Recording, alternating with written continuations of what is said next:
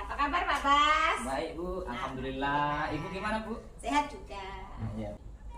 Ada perlu ini Bu sebentar. Ya, apa yang bisa saya bantu?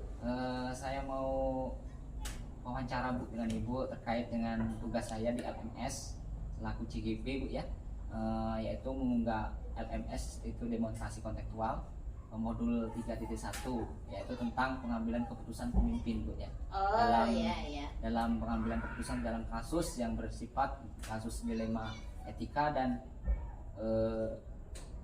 bujukan moral Bu ya. Oh siap Ya, Bu. Pak Bas. Yang pertama ya Bu ya, langsung kita mulai Bu. Oh, Bisa iya, dimulai? Bisa. Ya, oke. Untuk pertanyaan wawancara yang pertama nih Bu, Ibu ini dalam mengidentifikasi kasus-kasus dalam kasus dilema etika dan bujukan itu seperti apa Bu? Selama ini yang saya lakukan adalah mengidentifikasi kasus tersebut, dikoordinasikan dengan guru. Nah, kemudian melihat kasus itu berat ringannya saya lihat dulu. Nah, setelah itu siapa saja yang akan saya libatkan dalam pengujian kasus tersebut. Untuk pertanyaan yang kedua Bu, bagaimana Ibu dalam menjalankan pengambilan keputusan di sekolah, terutama kasus yang mana kasus itu ada yang sama-sama benar dan ada sama-sama mengandung nilai kebijakan. Yang saya lakukan dalam mengambil keputusan itu hal yang tidak mudah sebenarnya, karena mengambil keputusan itu kan hal yang tidak mudah, Ya, tetapi juga tidak sulit. Nah itu, jadi tetapi sebagai seorang pemimpin, saya memegang teguh pada peraturan yang ada di SDN 3 Tunggal ini. Jadi tidak mengambil keputusan berdasarkan berpihak dengan yang ini ataupun senang dengan yang ini, akan tetapi memegang teguh peraturan yang ada di SDN 3 Tunggal ini yang sudah dibuat secara bersama-sama baik dengan guru, wali murid, komite, dan pihak-pihak terkait lainnya. Pertanyaan ketiga, langkah-langkah prosedur seperti yang biasa Ibu lakukan itu seperti apa? Langkah-langkahnya? Selama ini. Oh ya, kita mencari fakta dulu. Kita Ya. cari fakta dulu. Benar apa tidak permasalahannya, bukan karena hanya hoax, Ya. tapi kita cari kebenarannya dulu. Kemudian kita panggil yang bersangkutan, kita komunikasikan dengan yang bersangkutan, benar apa tidaknya hal tersebut. Nah, langsung kita ambil jalan keluarnya melalui musyawarah dengan guru, komite, dan wali murid. Seandainya memang diperlukan musyawarah dengan pihak luar seperti wali murid, kita panggil. Selanjutnya Bu, pertanyaan yang keempat, hal apa saja Bu ya selama ini Ibu anggap efektif dalam pengambilan keputusan kasus dilema etika ini? Hal yang paling efektif Ya. musyawarah. Musyawarah Bu. Musyawarah. Musyawarah. Ya, tetap dengan musyawarah, karena hal apapun tidak akan ada jalan keluarnya jika kita tidak musyawarah.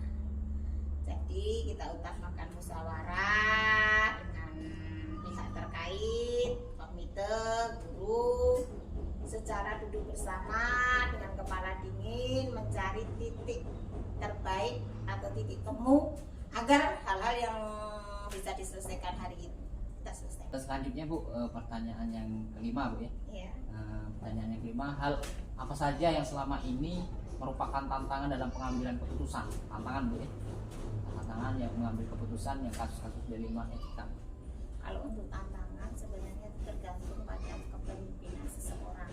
Jika seorang pemimpin selalu melakukan kolaborasi bekerja sama yang baik, selalu berkomunikasi yang baik, baik dengan wali murid, komite, guru, saya rasa tidak ada tantangannya untuk menyelesaikan masalah tersebut. Mungkin tantangan itu hanya ada pada kepala sekolah yang memang tertutup, tidak mau berkomunikasi dengan baik dengan bawahannya. Karena saya selalu berkomunikasi baik dengan dewan guru, komite maupun wali. Selanjutnya Bu, pertanyaan yang keenam nih Bu ya. Iya.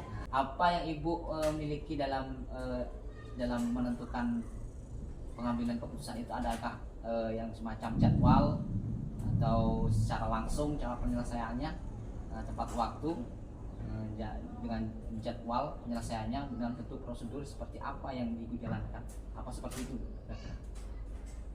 Kalau jadwal tidak ada, saya kira ini tergantung dari berat dan ringannya, tetapi jika bisa diselesaikan pada hari itu juga ya kita selesaikan, karena semakin kita tunda atau tidak selesaikan itu menjadi PR dan akan menjadi beban berat dan otomatis menimbulkan hal yang tidak diinginkan. Seandainya ada kasus sudah mencuat di suatu sekolahan tidak diselesaikan hari itu, akhirnya timbulnya nanti keluar jatuhnya ke wali murid, itu nanti akan lebih fitnah dan mengganggu proses belajar di SDN 3 Tunggal Ilir ini. Jadi saya rasa tidak ada perlu jadwal, tidak perlu waktu ya, tetapi kita perlu kecepatan dalam penanganan kasus tersebut. Cuman seandainya ada kasus yang memang membutuhkan waktu, baru kita membuat jadwal. Oke Bu, selanjutnya Bu, pertanyaan yang ketujuh Bu ya. Ya. Adakah seseorang dalam faktor-faktor ini mempengaruhi Bu? Ada yang atau membantu Bu dalam pengambilan keputusan Ibu dalam dilema etika? Faktor-faktornya Ya, yang membantu ada, ya ada, harus ada. Ya. Yaitu tadi komite, guru, dan wali murid. Itu yang bisa membantu saya dalam mengambil keputusan. Oke Bu, selanjutnya yang terakhir nih Bu ya. Yang dipetik Bu dalam yang diambil dari keputusan. Dari segala pertanyaan Bapak tadi, kita simpulkan bahwa pengambilan keputusan adalah pentingnya kita bermusyawarah. Nah, dalam mengambil keputusan kita harus mengutamakan musyawarah, kerjasama, solidaritas, dan komunikasi. Jadi selaku kepala sekolah ini kita selalu aktif berkomunikasi baik dengan guru, wali murid maupun dengan komite. Meluangkan waktu. Terima kasih.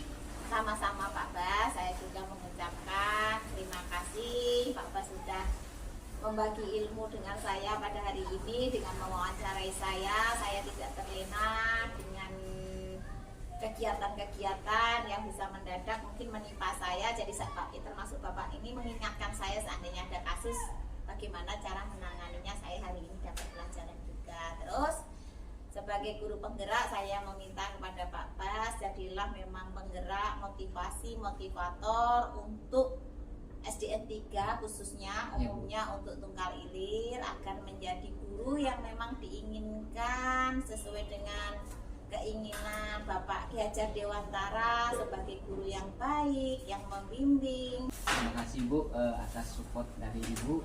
Saya ucapkan terima kasih bahwasanya Ibu sudah menjadi pemimpin di sini juga sudah luar biasa Bu. Amin, terima kasih Pak Bas. Iya, sama-sama Bu. Saya juga terima kasih Bu. Sama-sama.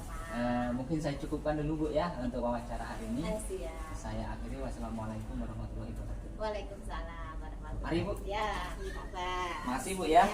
Assalamualaikum Pak. Waalaikumsalam. Silakan Pak Bas. Gimana, sehat? Alhamdulillah Pak, sehat Pak. Bapak gimana? Sehat. Pak Bas, ada apa datang ke sini, ada yang bisa saya bantu? Benar Pak, ada yang ingin saya minta tolong dengan Bapak yaitu tentang wawancara ya. Oh iya. Memenuhi tugas saya Pak di LMS. Oh iya, silakan Pak Bas. Pak, sesuai apa yang menjadi pengambilan keputusan di sekolah SD 19 ini Pak. Ya. Baik Pak, pertanyaan yang pertama Pak, selama ini bagaimana Bapak mengidentifikasi dari kasus-kasus dilema etika dan rujukan moral? Dalam hal itu Pak Bas, saya dalam menyelesaikan itu dilema etika itu saya memilah-milah menjadi dua bagian, yaitu persoalan yang dilema etika yang benar dan benar, kemudian yang kedua rujukan moral benar dan salah. Jadi di sini saya memilah-milah menjadi dua. Yang kedua Pak, selama ini bagaimana Bapak menjalankan pengambilan keputusan di sekolah Bapak ya, Iya. terutama dalam kasus-kasus di mana ada dua kepentingan yang sama nih, ya, benar atau sama-sama mengandung nilai kebijakan, Pak. Begini Pak Bas, selama ini dalam pengambilan keputusan dalam kasus dua kepentingan yang sama-sama benar, itu didasarkan pada rasa peduli, kasih sayang, dan kemudian memikirkan dampak jangka pendek dan jangka panjang, sehingga kami tidak serta-merta dalam mengambil keputusan itu tanpa memikirkan sekarang dan untuk masa depan. Pertanyaan yang selanjutnya, Pak, langkah-langkah atau prosedur seperti apa, Pak, yang bisa Bapak lakukan selama ini? Kita uji dulu tentang kebenarannya. Jadi kita tidak serta-merta dengan mengambil keputusan itu tanpa menguji dulu kebenaran, salah dan benarnya kita uji dulu. Jadi nanti keputusan yang kita ambil, yang saya ambil itu bisa memang benar-benar mengenai sasaran Tepat, yang tepat. Iya. Pak, pertanyaan yang keempat, Pak, hal-hal apa saja yang selama ini Bapak anggap efektif dalam pengambilan keputusan dalam kasus-kasus dilematika, Pak? Begini Pak Bas, itu hal-hal yang merupakan bahwa ada nilai-nilai yang saling bertentangan dalam situasi, kemudian menentukan siapa yang terlibat dalam situasi ini, kemudian mengumpulkan fakta-fakta yang relevan dengan situasi ini. Kemudian juga kita harus menguji benar atau salah. Iya. Menguji benar atau salah dengan paradigma benar lawan benar. Nah, sehingga dalam mengambil keputusan ini kita bisa memang benar-benar bisa untuk menyelesaikan masalah yang sesuai dengan situasi kondisi pada saat ini. Ya, Pak, pertanyaan yang kelima, Pak, Ya. hal apa saja yang selama ini merupakan tantangan dari pengalaman Bapak dalam kasus-kasus derima di sekolah ini? Mempertimbangkan segala dampak yang ada, kemudian bagaimana cara berpikir dengan matang, dan yang jelas itu kita jangan menuruti emosi. Untuk mengambil keputusan itu emosional terutama itu harus dikesampingkan dulu. Jadi kalau memang itu benar ya kita katakan benar, kalau itu salah ya salah. Jadi kita tidak terpengaruh oleh provokasi orang lain yang bisa mempengaruhi keputusan yang seharusnya kita ambil. Pertanyaan yang selanjutnya yang keenam, Pak ya.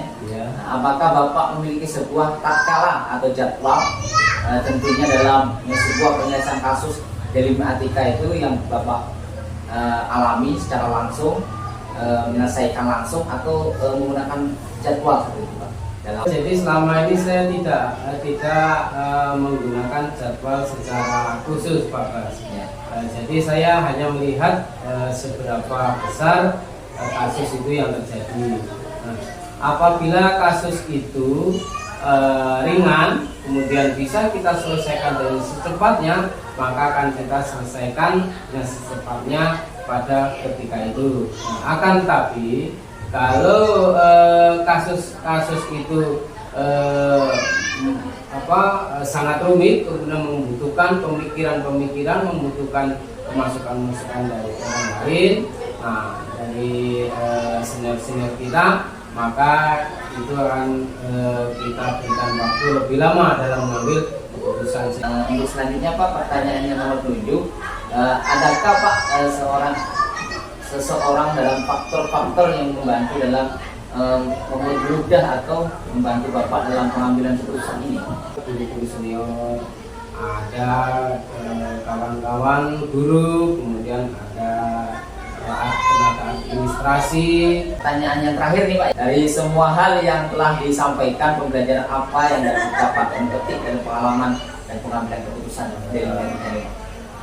Nah iya Pak Bas, dalam pengambilan keputusan yang dilakukan dengan mempertimbangkan paradigma dan proses berpikir dalam D5 etika yang selanjutnya dilakukan pengujian menggunakan langkah sistematis sesuai dengan pandangan tokoh pendidikan kita, Ki Hajar Dewantara, dikatakan Merdeka Belajar, sehingga siswa itu memang benar-benar merdeka dalam belajarnya, sehingga siswa itu benar-benar menikmati pembelajaran itu sendiri. Ini Bapak sudah memberikan ruang waktu dalam pengambilan keputusan tadi. Ya. Nah, ini sebagai kedepannya sebagai pembelajaran bagi saya Pak ke depan. Untuk itu saya pamit undur Pak, ya. Ya. Ya, saya akhiri. Wassalamualaikum warahmatullahi wabarakatuh. Waalaikumsalam warahmatullahi wabarakatuh. Terima kasih Pak. Ya sama-sama Pak Bas.